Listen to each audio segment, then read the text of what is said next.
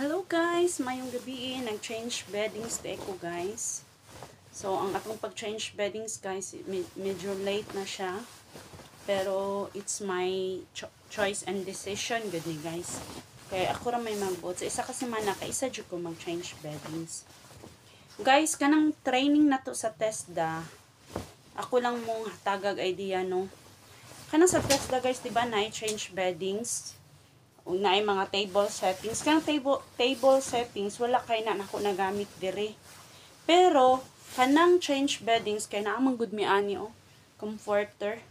The way style ni amo ang bed, ang pag-change ani, nagamit yun ako guys. Kabalo ka, unexpected ba? Kay nga nila gamay kay balay dire.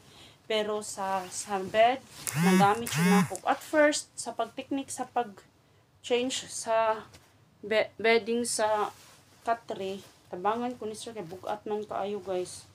Pero pag kuana sa comforter guys, syempre nagpakitang gilas pud ta guys kay pag upagud ta ng determination diri basin ma-terminate ta. So banat ko guys. Laban Japan. So dito na ko na realize nga nagamit yun ako ang training sa TESDA. Kamu guys, kung naaman mo sa TESDA training or mag-undergo man mo seryoso hagamay, okay lang ng table settings, pero kaning sa bed settings nagamit yun na ako siya in fairness.